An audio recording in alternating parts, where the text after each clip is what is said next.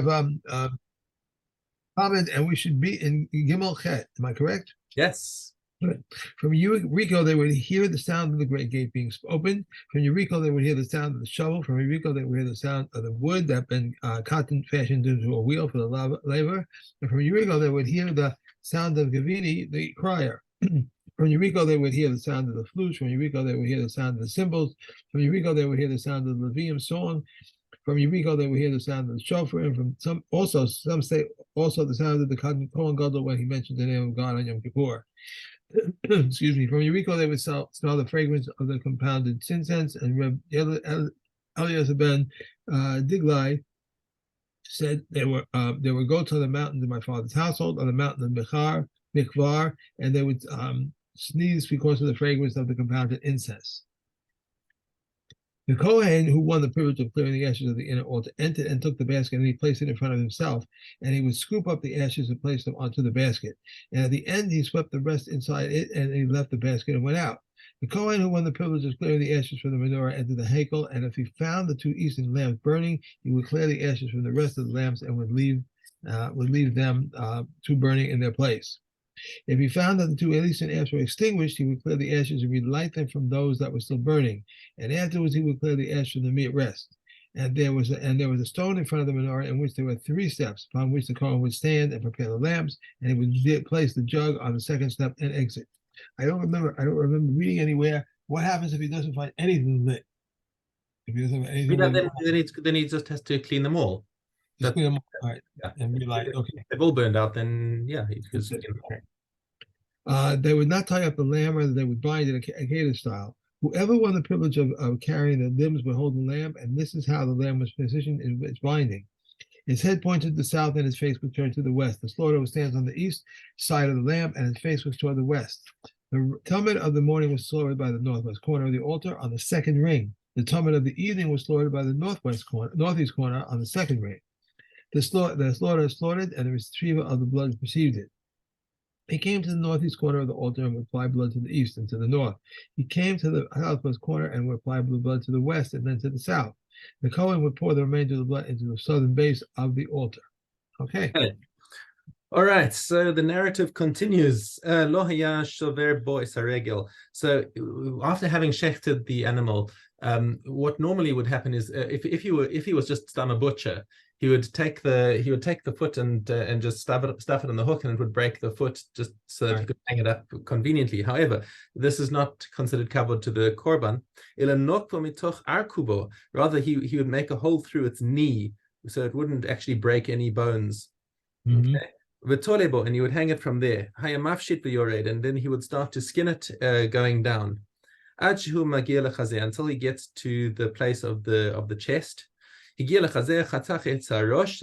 the point where he skinned it all the way up to the chest, he would then sever the head. And then he gives the head to the Kohen who's won the right to carry in the head. Then he would cut off the legs. The kiraim is the you've got to make sure that the Mishna and the Mishnah Hebrew and the modern Hebrew are the same. It's the kiraim arba haraglaim. So that's all of the legs of all 4 legs up to the knees. Okay. And gave it to the Kohen that earned the right to carry those. And then he finished off the skinning. So now that the head's gone, it's a simple matter just to pull the rest of the hide off, and now the animal's flayed. Kara es halev. Now he cut open the chest and took out the heart, for tzias damo, and spilled out its blood. Cut off the forelegs, nasanan lemish zachabahin. He gives the forelegs to the Kohen who got the right to carry those. Ala leregel yamanis, and he went to the back hind leg, the right hind leg, and he cut that off. And nasanan lemish zachaba, and then he gives it to the Kohen who got the right to carry the right hind leg. Ushtei beitzim ima, and the testicles went with the right hind leg. Kira'o, and he tore it, being in other words, he tore open its body cavity. its body cavity. And the whole thing is now open in front of him. Natal esa peder, and he takes the peder is the chalev, the fats around the kidneys. So he calls back the Kohen who's holding the head, and he takes the entrails and puts it on the neck stump, because in order to cover up the blood. So that it, or the place where its head has been severed, okay, and so he's holding. So basically, he's holding the head upside down with the and balancing the fats on top of it, okay. Natal es hakravayim, and he took the innards, the intestines, and he gives them to the Kohen, who won the right to do this, to go and rinse them, because any undigested food that's still in the intestines has to be washed out. So they basically flush it out before putting it on the mizbeach. Medichin osa beves medichin called sorka. So they would take also the keres is the stomach. Is that right? Let me just see. Yeah, so anything that's that in its innards, it has to be flushed also. And the intestines have to be rinsed 3 times to at least to get them clean. And they did this all on the marble tables that were between the pillars. Natal es sakin. So he took the knife. So now he separates the lungs from the liver. Min hakaved, and the lobe of the liver from the liver. And without removing it from its place. What does that mean? The etzba kaved, literally it's the finger of the liver. That would stay on its place because it was sacrificed with the oketz, with the tail. And the lungs are brought along with the gera, with the neck, with the rest of the sort of with the magera, with the chest. Gera is.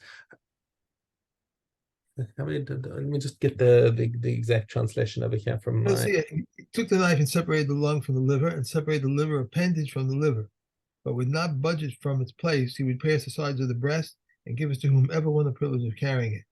Yeah, right. He went up to the right flank. He would cut down to the spine. Right. So he goes up to the right flank, and he would cut all the way down to the spine. But he didn't go all the way to the spine. He got to 2 soft ribs, and cut that off. And he gave that side to the Kohen who earned it, who won the lottery. And the liver is attached to that side. Okay.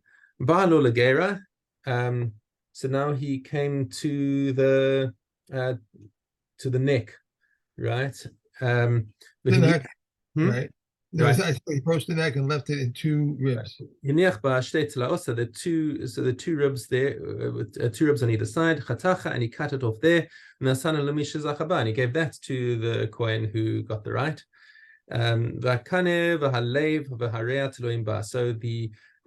So the windpipe and the heart and the lungs were all attached to that particular piece. And then there's the left side, the left flank. And he left on that 2 soft ribs. And 2 soft ribs at the bottom. And this is how he would leave it also on its corresponding flank on the other side. So therefore he leaves on both of them 2 ribs, soft ribs on the top, and 2 soft ribs on the bottom on both flanks. So he cut it and gave it to the Kohen who was going to carry those. And the spine with it. And that's the spleen was attached to that side. So that's called the large side. Well, I mean, that actually the left side was actually the physically larger side, because it also included the spine.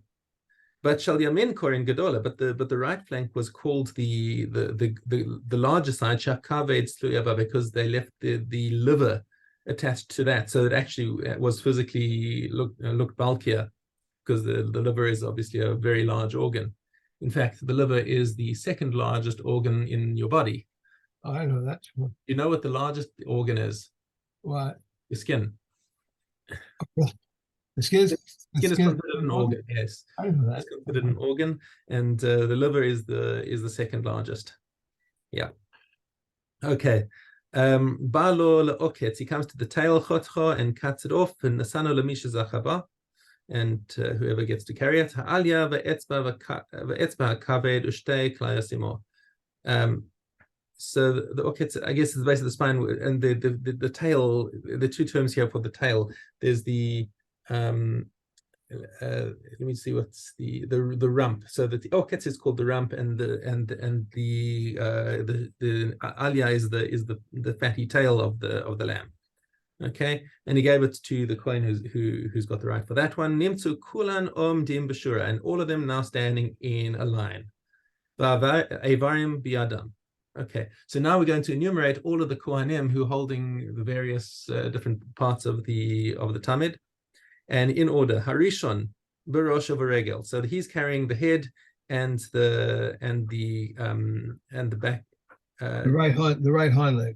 Yes, Harosh. So the head in his right arm, v'chotmo klape zro'o, and its nose was pointing into his arm. The karnav bein etzba'osav, and he's holding it by the horns underneath. And the neck was pointing upwards. As we described, the fats are sitting on top of the neck. Regel shel yamin bismolo, and he's holding the right leg in his left hand. Obeis ora lachutz, and its skin is the skin side is facing out. Okay, Hasheni. So the second coin b'shtei yadayim. He's got two hands here. He's got two forelegs of the lamb. Shel yamin b'mino v'shel smol b'smolo. The right leg in his right hand, and the left leg in his left hand. Beis oran lachutz, and again the skin facing outwards, not the wound side. Hashlishi. The third coin is holding the oketz of a regel. He's holding the rump and the left hind leg. Ha'oketz b'mino va'alya meduldeles bein be'etzvasav. So the rump in his right hand, and the tail going between his fingers. Va'etzba kaved ushtei klayos imo, and he's holding in the other, and with it is of course the liver and two of the two kidneys. The etzba kaved, so the liver lobe. That's not the whole. The rest of the liver is on the flank. Okay, haregel shall small be smaller, and the left hind leg is in his left hand. Ubeis ora lachutz, and again the skin side out. Haravi, the fourth one, b'chazeh v'gera. He's holding the chest and all the lungs and all those things. Achazeh b'mino, the chest in his right hand, and the gera and the gera, the neck is in his left hand. But tzalosea ben etzbosea, and the ribs are between his fingers. Chamishi, fifth guy, b'shtei defanos. He's holding the two flanks, the right one in his right hand and the left one in his left hand. Ubeis oran lachutz, and holding the skin side out. Obviously, it's been skinned, but where the skin would have been is facing outwards. The sixth coin, shishi b'kravaim hanosinim babazech. Now all of the intestines. Now he's not trying to hold the intestines in his hands. He's holding them inside a kli, in a bowl basically. Ukraayim shal al gabehem milamala, and the leg. Wait, what kraayim is this now? How do we read that?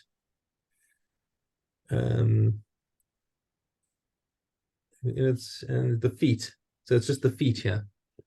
Okay, so the feet are on top of it, are put on top of the intestines. Ashvi basoles. The seventh coin is carrying the flour. Ashmini b'chavitin, and the eighth one is carrying the chavitin, which is the daily korban of the kohen gadol. Right. But she bayayin, and the ninth one is carrying the wine. Halchu nesanum mechatzi hakevesh ulamata b'maravo. So you'd think now they're all lined up and ready to go. They're going to go and put it on the Mizbeach. Nope. They put it halfway up the ramp and say, now it's time to go and say Shema. Okay, so they put everything down on the ramp, on the western side of the ramp, and they salted them, because everything has to have salt on it before it goes in the Mizbeach. Now they go back to Lishkas Gazis to say Kriyas Shema. Okay, so that was a very long Mishnah, and we still got one more to go.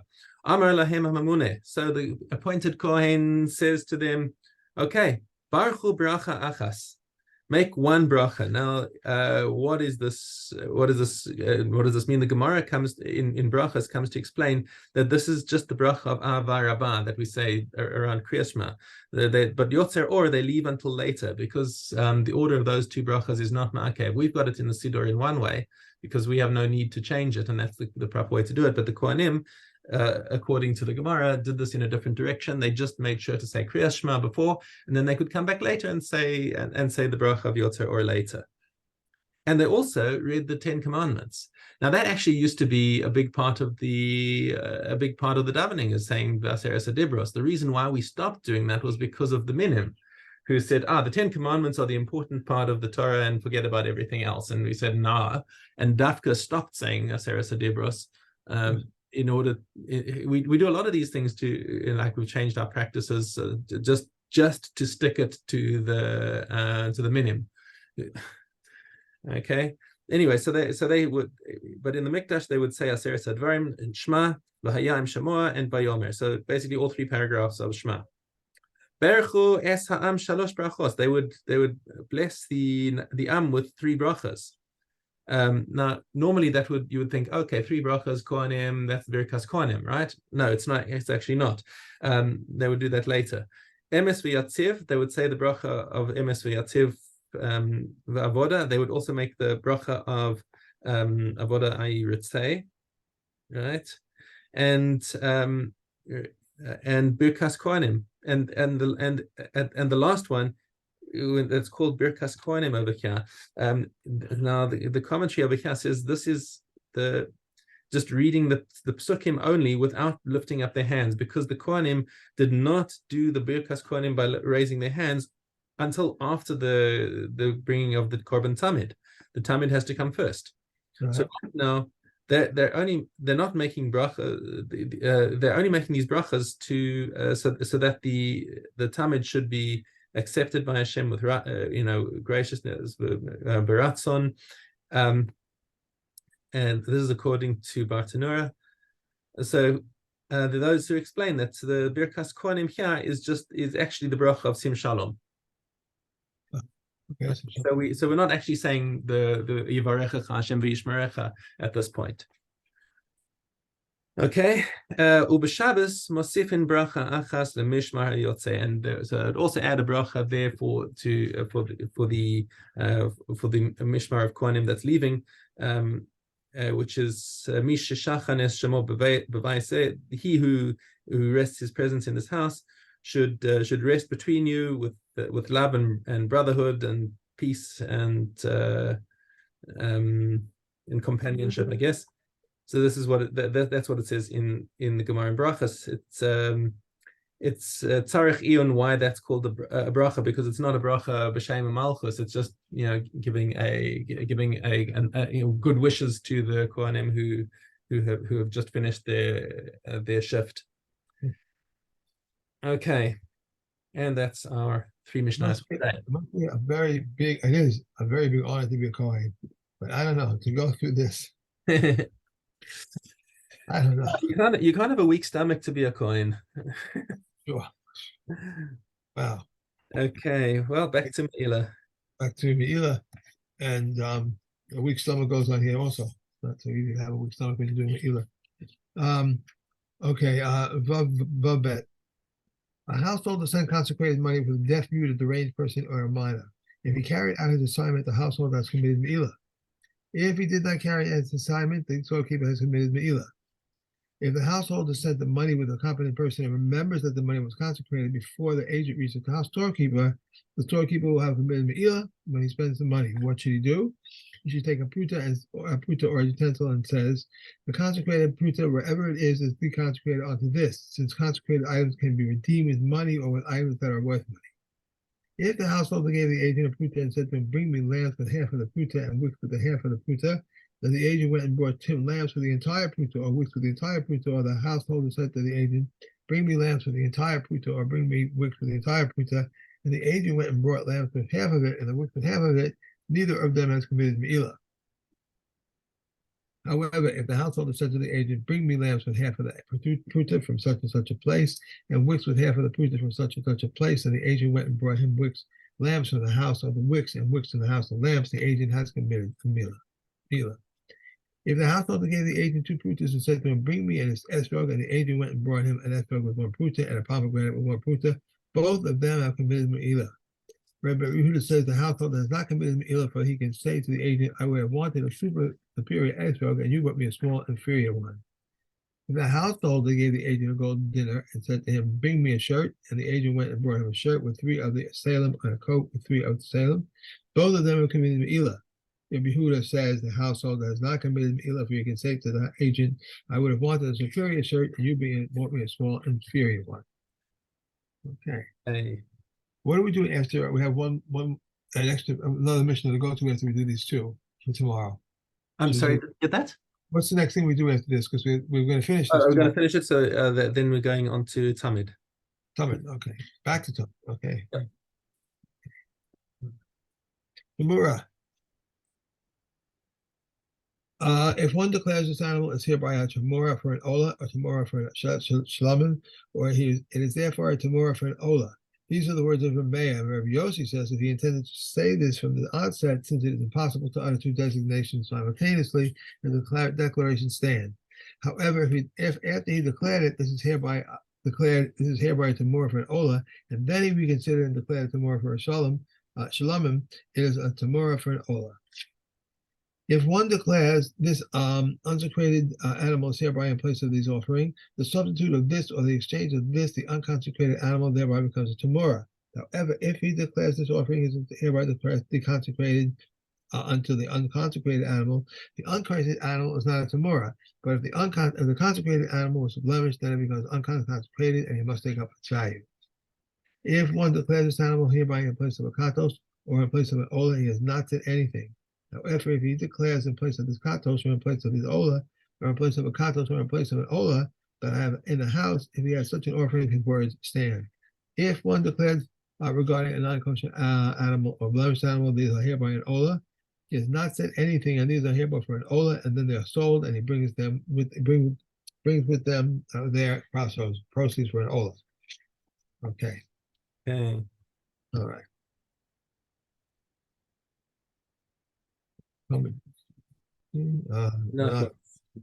Zain Hay. One who says, I take upon myself to bring a total offering must bring it and is bread from that which is unconsecrated. If he said, I told the offering for that which is unconsecrated and is bread from myself, he must bring his bread from that which is unconsecrated. And if he said, I told the offering from myself and is bread from that which is unconsecrated, let him bring it. Both the total offering and his bread from Misa, let him bring it. However, he may not bring from what wheat of Misa Sheni, only the money of Misa Sheni. From where it is known that one who says, I take upon myself to bring an ola offering, one must bring that which is unconsecrated. Because it is stated, and you shall sacrifice a Pesach offering to Hashem your God from the flocks and cattle. But does not the Pesach offering come only from sheep or goats? If so, why does it say flocks and cattle? It is in order to compare all that comes from cattle and flocks to the Pesach offering.